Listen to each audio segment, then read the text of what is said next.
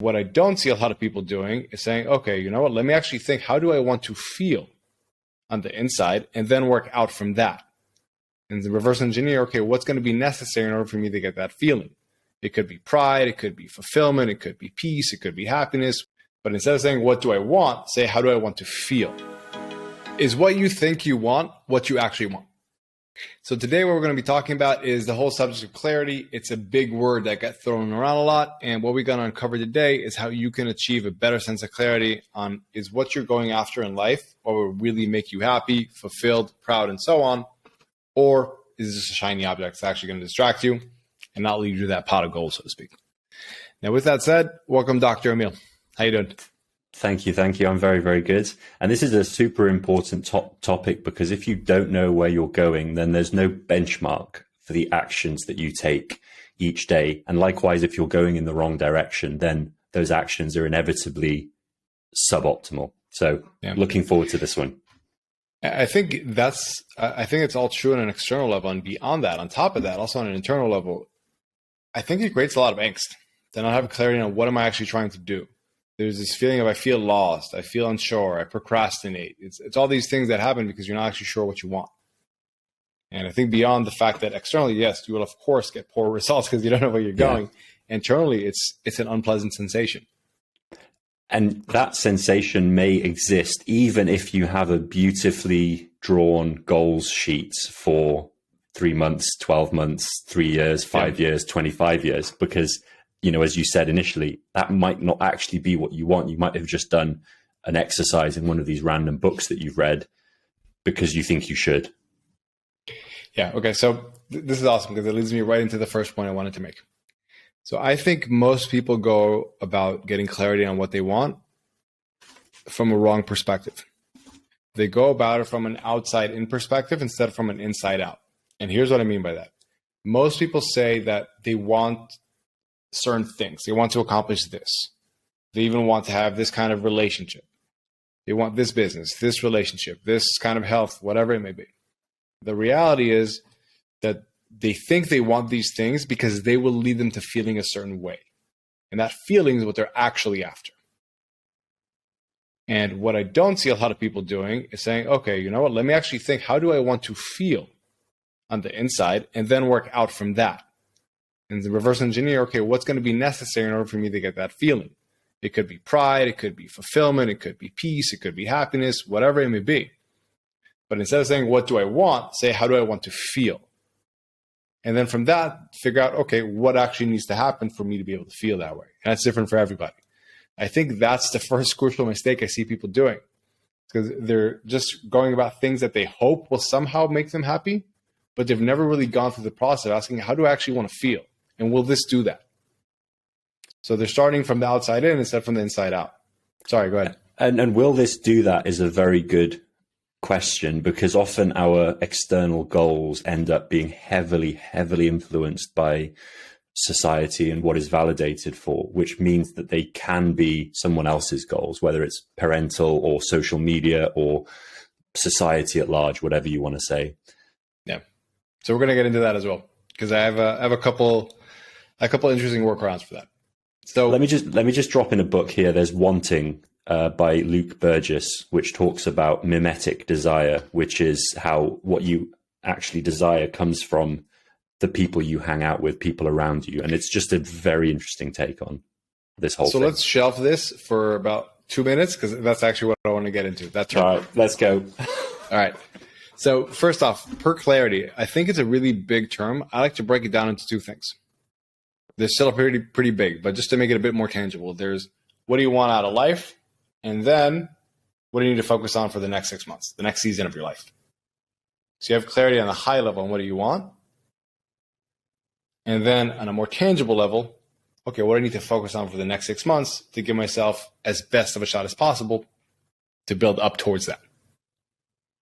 And because I think some people do have a big vision of what they want in life, but they don't really recognize what they need to be doing day to day in order to make that happen. And some people are just focused on what's in front of them right now and not thinking where it leads to. And by doing these two things, it puts it together. And it's very pragmatic, which is the goal of pretty much everything how I try to operate. So that's the first thing. You got to figure out what you want out of life, And then you got to distill that down. Okay, for the next 6 months, what I need to focus on. And we're going to talk about this as well. So with that said, before we talk about the mimetic desire and all that kind of stuff, I want to talk about 2 common mistakes I see people make when they're going about this. The first thing is anchoring what you want for your future because of your past. The people that I've seen really be able to explode out and have this amazing life are the ones that aren't really connected to saying to themselves, well, this is where I came from, so this is what I'm allowed to do. But this is what it's possible for me to have. And this isn't just at an external level, like, oh, I came from a relatively poor family and I can go to a wealthy family. But it's also, I saw an example of parents that had bad relationship. So if I just have an okay one, that's amazing.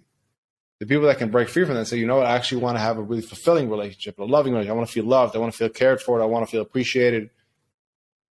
Those are the people that you can break free from that. Those are people that have amazing success. That's one.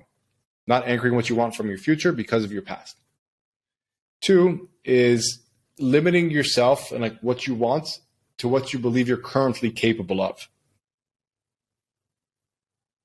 You of right now is not going to create the future for yourself. That's you of the future. And it's a weird thing, but we got to recognize that. Even if you're not capable of doing something, it doesn't mean the future you won't. And that's a big thing. People sometimes say, okay, this is what I think I'm capable of, so this should be my goal. But what you're actually capable of right now is irrelevant. We can grow, we adapt, we evolve. So I think these are 2 things that are really important to have front of mind when you're going through these kind of exercise. To recognize that you're naturally going to be pulled to say, okay, well, this is what I know, so this is what's possible for me as far as anchoring your past or your future. And also you're thinking in the terms of what could you right now achieve and have. Like the reality is you might just need to evolve and change. And that's perfectly fine because we're humans and we're capable of doing that. Yeah, and both of those are heavily influenced by your environment and people around you. Yeah. All right. So with that said, let's go back to the mimetic desire. So that's a big one. I get asked that a lot. How do I avoid mimetic desire? Mimetic desire is usually a more visible thing. It's an external thing. I've seen it less so with people trying to imitate how they want to feel. You know what I mean? Like, for example, people want to imitate, oh, I can pose next to a Lamborghini. That's really, really popular. What's less so popular is, oh, I want to feel really fulfilled. I want to feel at peace. Now, yes, there is obviously a trend there, but it's a lot less. We're a lot more susceptible to trying to imitate things that are very visible. It's called like man-made things, certain accomplishments, things we can brag about. Go for it. Yes, for sure. And, you know, social media and circles who you hang out with help with that. There is a case to be said of, and the other thing is that feelings are much less flashy. They're much less exciting. So it's less, you're less likely to gravitate towards them. But that doesn't mean that you can't create an environment of mimetic desire to how you want to feel. Yes, you can't. Again, I agree with you. It's not 100% thing. Yeah, that's one thing. I'm just we're kind of pulling the thread a little bit. So that's the first thing. The big question that I found that really helps me, myself, when I think about these goals, and I'm saying, is this for mimetic desire? Is this to prove something? Whatever it may be, or is it actually for me? Is to ask myself, if nobody knew that you succeeded and you weren't able to announce it to anybody, would you still want it? That's a big one. If you couldn't announce it to anybody, you couldn't even tell on Instagram how woke you are with your spirituality and how calm you are and how peaceful. You couldn't announce that even. It was just for you, only for you. Would you still want it? I love that as a litmus test. It's very, very powerful. Yeah, because it goes right to the truth of things. Because you can say, actually, I want to impress some people with that. Or I want to do that because I think that'll gain me status and that'll make me feel good about myself. Whatever it may be. And the moment you recognize and ask yourself, would I be able to do this? Would I want to do this? If I wasn't able to announce it to anybody, no one would ever know. It hits a bit differently.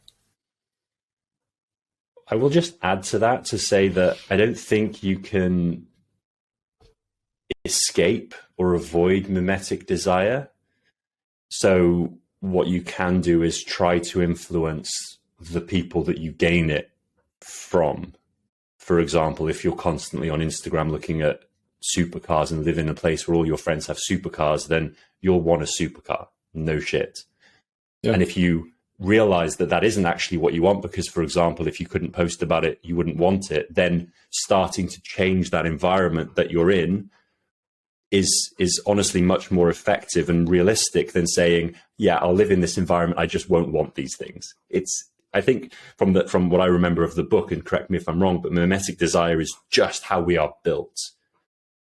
So I didn't read the book. It's a concept that I've heard of. But yeah, I agree with you. I think what you're saying is absolutely true. It's basically just don't make your life difficult. Yeah. We talked about addition by subtractions. You remove yourself from an environment that makes life difficult for you. It's just that. So your environment heavily influences you and the outcomes. And the magic is that you can influence your environment. So you create the environment to create the outcomes that you want, to allow yourself to be influenced to the outcome that you want. Yeah. The way I've heard that I really like is that the environment strongly affects the brain, but the smart brain can actually choose its environment. That's really the way to go around it. Yeah. So I think that's great. So like we said, first off, would you really want it if you couldn't announce it? And like Emil was saying, also, if you're in an environment where this is an uphill battle, change that environment. Make it easy for yourself. Don't make it difficult, at least. So now we go on to the whole, okay, let's start working this out. Let's start workshopping it out. And let's first figure out, how do you want to feel about life, about yourself, about the kind of life that you live, the kind of person that you were. And really take the time to flush that out. What are the big things that are important for me?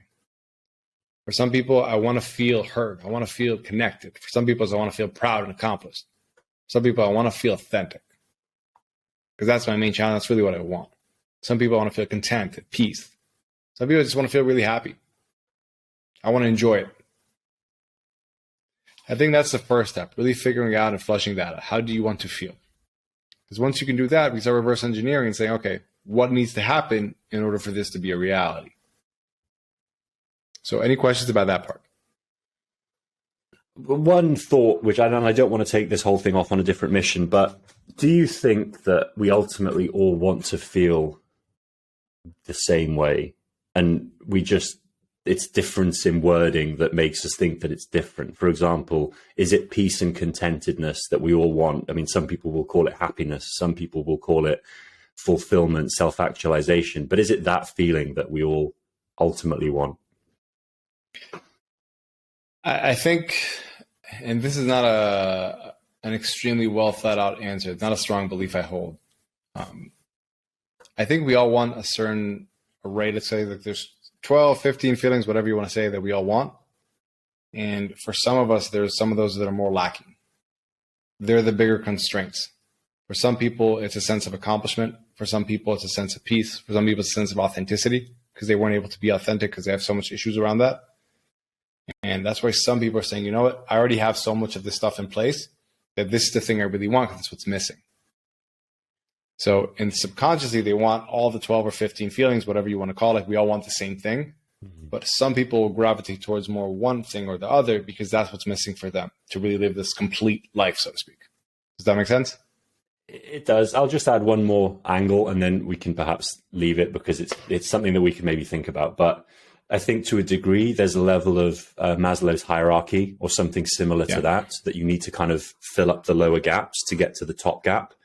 And also, again, it's semantics. So what you talk about authenticity, that might be the path to get to peace, because you're not living your authentic self. So the end goal is the same. The peak of, again, Maslow's hierarchy is just one idea of how it might look.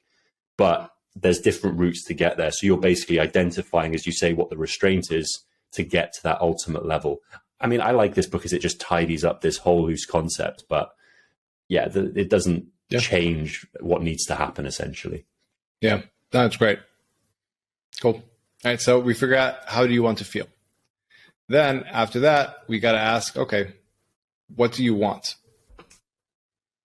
What do you want in order for that to be a reality? Out of family, out of business, out of personal, the self-realization, things that you can say, I'm proud I did, and also fun of enjoyment, things you can say, I'm happy I did. And finally, legacy, if that means anything to you. And then you can start figuring out, okay, if these are the things I want to feel, what needs to happen? What needs to happen on these different fields? Maybe if I get something to say here, man. I've been thinking about this a lot and journaling about this a lot. Alongside exactly what you've just said, family and enjoyment and whatever else. One way to look at it is how you want to feel is to get to the end of your days and not have any regrets. Yeah. And then to reverse engineer what would a life of no regrets look like, and then plan out how that might look, what things you need to do at different stages to achieve that. It's interesting because I do it. The next step we're going to talk about is regret. Yeah. Because here's the thing. I feel at first people need to figure out how they want to feel and then what's going to make that happen. But then also create certain guardrails to make sure that they don't fall off and go too much into one extreme. For example, somebody we talk about business a lot. It's very easy to get sucked into it because it's extremely tangible. You can see, more numbers, more success, more dopamine, whatever it may be, yay. And people can then end up regretting that they missed out on a lot of things with family, with personal relationships, and fun, and so on and so on. So I think it's first about figuring out how you feel, and then asking, okay, what do I want in the different areas of life that'll give me that feeling? But then what's also my safety guard, my guardrail, so to speak, things that I don't want to regret, to make sure that even while I'm pursuing all these things, I don't miss out on the main thing. Yeah, that's exactly it. And realizing that at different ages and stages of life, different things will be more or less accessible. E.g., backpacking around Europe in your 70s is less of a thing, perhaps. So maybe do it earlier rather than be hustling in your 20s, 30s, and 40s. Maybe. Yeah, that's such a good point, because that for me is also something I constantly have to remind myself, because I've done this, because I've also asked myself, what do I not want to regret?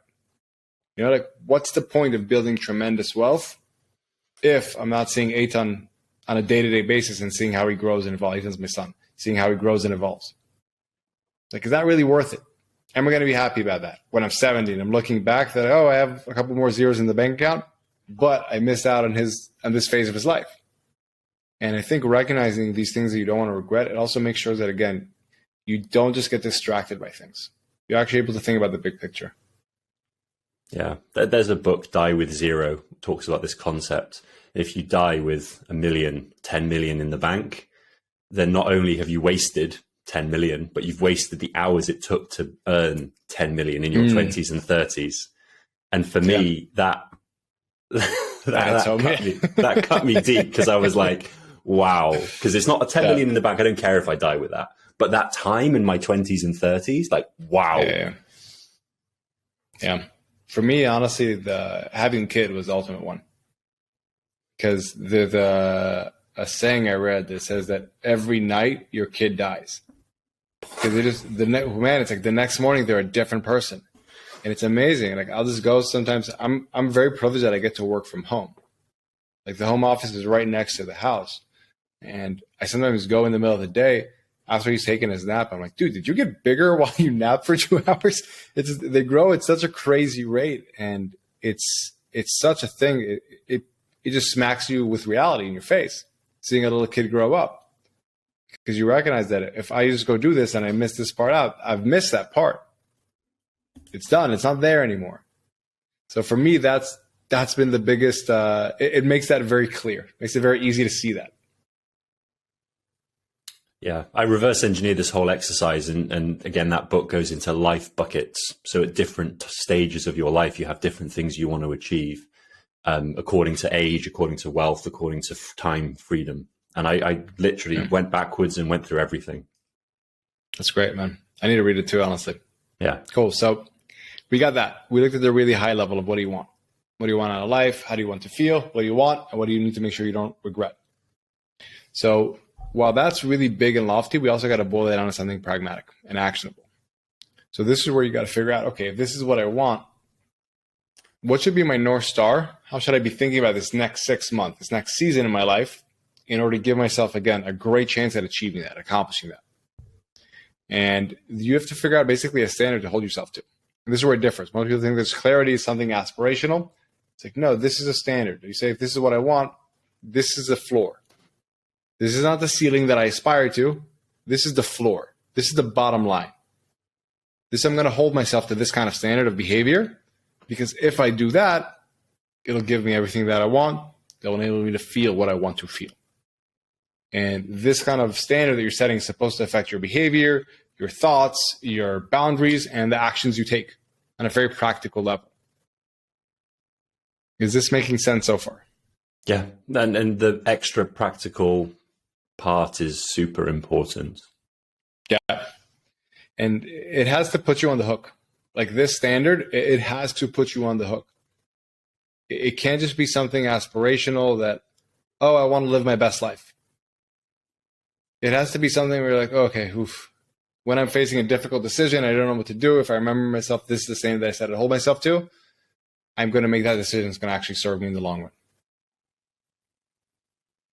Now, I don't want to get too much into this because I don't want to create any confusion about this, but for some people, it's quotes. They have a certain quote that rings true to them. They're like, oh, this is my standard. And somebody else will not understand it, but it'll make complete sense to them and it'll hold them on the hook. Remember Scott, we had a Scott on the episode. For his, the big one was, I'm better than that. For some people, it's live every day with full integrity. For some people, it's even slow is smooth, smooth is fast. Just to remind themselves, actually, I need to slow down and do things the right way. For some, it's effortless flow. Effortless flow, exactly. Bill got a new tattoo, by the way. That's why he's showing it off. For some people, it's easy choices, hard life, hard choices, easy life. That simple one that we all know. Who dares wins, don't ask, don't get. All that kind of jazz. And for some people, finally, it's this kind of prompt. Some people think a lot more linearly, and these quotes don't resonate with them.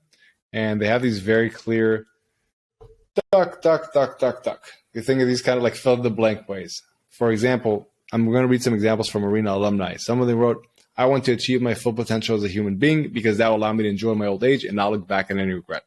In order to do that, I must put myself out there. So someone who was an introvert knew that's what was denying him his success and the fulfillment and pride that he wanted. For other people, I want to achieve my full potential as a human being and realize the full graft of my intellectual gifts. And in order to do so, I must overcome my self-beliefs and false limitations because only then I'll achieve true personal power. And you can see with this kind of stuff, it puts them on the hook. They know what they should be doing. It all of a sudden boils down for something very aspirational and very kind of woo, feeling a little bit more soft, something very clear and tangible. Hey man, if this is really what you want for your life, this is how you got to conduct yourself. This is a standard you got to hold yourself to. Not what you got to aspire to, but the standard, the bare minimum, you got to hold yourself to. And I think when people do that, after 6 months, they start embodying these things. And then they say, okay, now I'm at a higher vantage point. I've accomplished more. I'm a higher hill in life, so to speak. Now, if this is still what I want at the end of the day, what's the next standard? What's the next standard? And slowly kind of you build and you build and you build. Does that make sense? Yeah. See you smiling. Sure. No, I mean, like I joke about my new tattoo, but that is literally what happened. I used effortless flow as this word, which means different things to different people and won't work for everyone, as my core concept. And we've spoken about this before, but for me, it was about hustling less and having more fun. And then the pinnacle of that was at the end of this year, I decided to go to Guatemala for New Year's and stay there. And that for me was me flowing, whereas there was so much resistance with that because it wasn't going to be optimal and I wouldn't be able to work. And I was like, yeah, but what is the point in life? And so, go ahead. No, go. This is a great point because what I keep saying with this stuff, it should poke you. Like that pokes you because it makes you feel comfortable. You're like, I should work, but actually, no, I shouldn't. It makes you make the uncomfortable decisions that you know will actually serve you. Yeah. Because my default decision is to optimize for work and to, make get everything perfect for this. But that's just because that's always what I've done in the past, rather than will I regret it? Will I regret it? Yeah. So I use kind of a 3-question filter to help people make sure that they're choosing the right standard. Because again, we can say a lot of things, but are these the things that are actually going to help us be pragmatic and again, be effective? So one, you can think, with this thing that I'm actually thinking I'm attached to right now, this standard, this quote, this fill in the blank, whatever it may be, would have that prevented a past failure? If I would have had this in my head, would I have not made the bad decision that I made? That's one. Two, will it prevent the future stumble? Like for yourself right now with this effort flow, can you think about in the future, you know what? I can see myself being naturally inclined to do this, but if I remember this, it's going to prevent. Exactly. It's exactly what it is. Exactly what it is. Exactly. And then number three is, will it create effective focus? I say, okay, I know I need to focus. I know what to do. I know what's important. I know what's not for this season. Again, maybe not life in general, but for this season, what's important and what's not. And if it ticks off all three of those, you got a winner. And finally, again, like it should poke you. It should put you on the hook. It should force you to do things that are not your default, like Emil said. Because that's why you create evolution. You're not just going with it, but actually it forces you to evolve. It puts the truth in your face, like, hey, this is what it is. This is what you got to do. Yeah. Cool. Any last questions or additions you want to put about this? You want to say about this?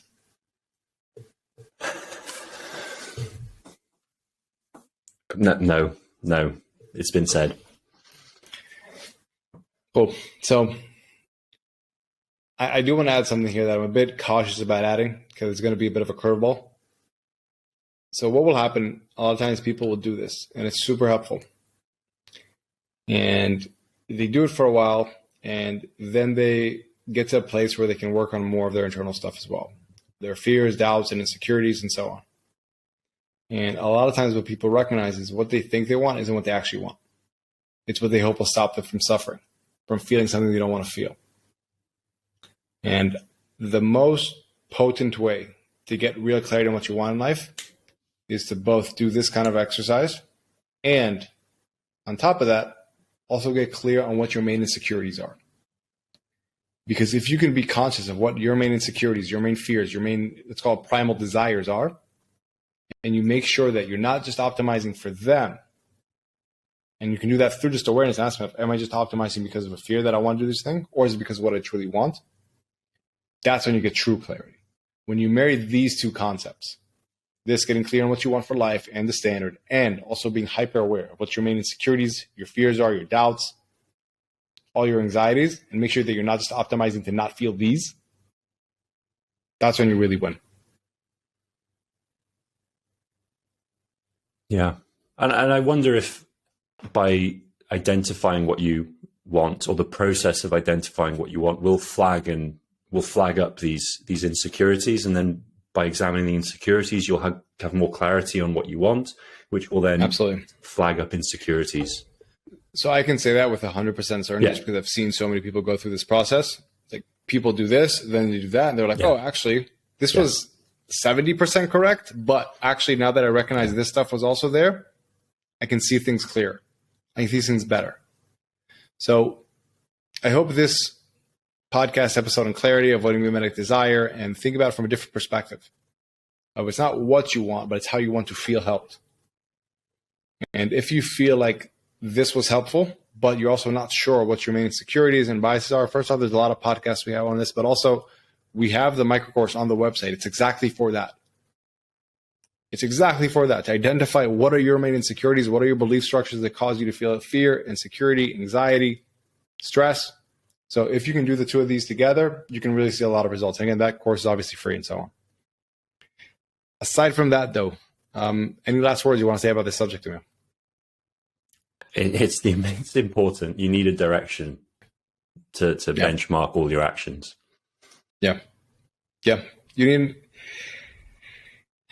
Yes, and I'll add to that as well that it will make you feel better. Having a direction creates calm. Like having no sense of direction is what creates anxiety. It's what creates a lot of stress. It's why on an external level, people are okay to follow a leader as long as he seems confident and he's going to be like, okay, I'll take you guys here. It'll be all good. And when there isn't a leader, it's just chaos. That's what happens externally in companies, in the military, but it's also what happens internally with us. And once we can have a clear sense of where we're trying to go and why we're doing it, on a deal and of true conviction, oh, we're doing it because it'll help me feel this way that I really want to feel, that's when we can be bought in and we can have peace of mind that, okay, if I just do these things, even though they're difficult, I know why, it'll make sense, and I get what I want.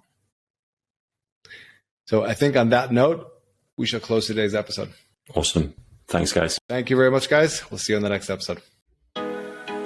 Thank you for listening to the Emotional Fortitude Podcast. Please tell a friend if you enjoyed it and found value in it. 3 last things before you go, though. If you feel like someone else with your exact skill set and abilities could be accomplishing more than you currently are, that's a mindset and emotional access issue. And here are 3 ways I'd love to help you conquer any internal limitations, go big, and win. 1. 3 Quick Ideas Tuesday newsletter. It's a weekly email with 3 quick ideas around one aspect of elite performance and how to approach it differently to get better and faster results. People say it's the most thought-provoking and impactful 2 minutes they spend in their inbox each week. It's easy to sign up to and easy to cancel, and you can sign up at itamarand.com/3ideas. 2 is the Emotional Fortitude Micro Course. It will help you build the emotional fortitude and confidently tackle any goal. It's the complete, nothing held back emotional fortitude system in 5 simple parts. It's all under 5 minutes each module. See it, use it, and win. And it's completely free at itamarand.com/course. And number 3, lastly, if you want to dive in and aggressively level up, the Arena Mindset Accelerator might be for you. It's a 6-week intense sprint for entrepreneurs who are up for a dramatic transformation. It's an interactive live program where you'll be working with me in a very hands-on way to get clarity on what you want, build an effective mindset to optimize for your goals, and establish elite emotional fortitude that would allow you to overcome any fear or doubt that could get in your way. You can learn more at itamarmarani.com/accelerator. You can find all of these links in the show notes below or go to itamarmarani.com and have a look around. Until next time, who dares wins.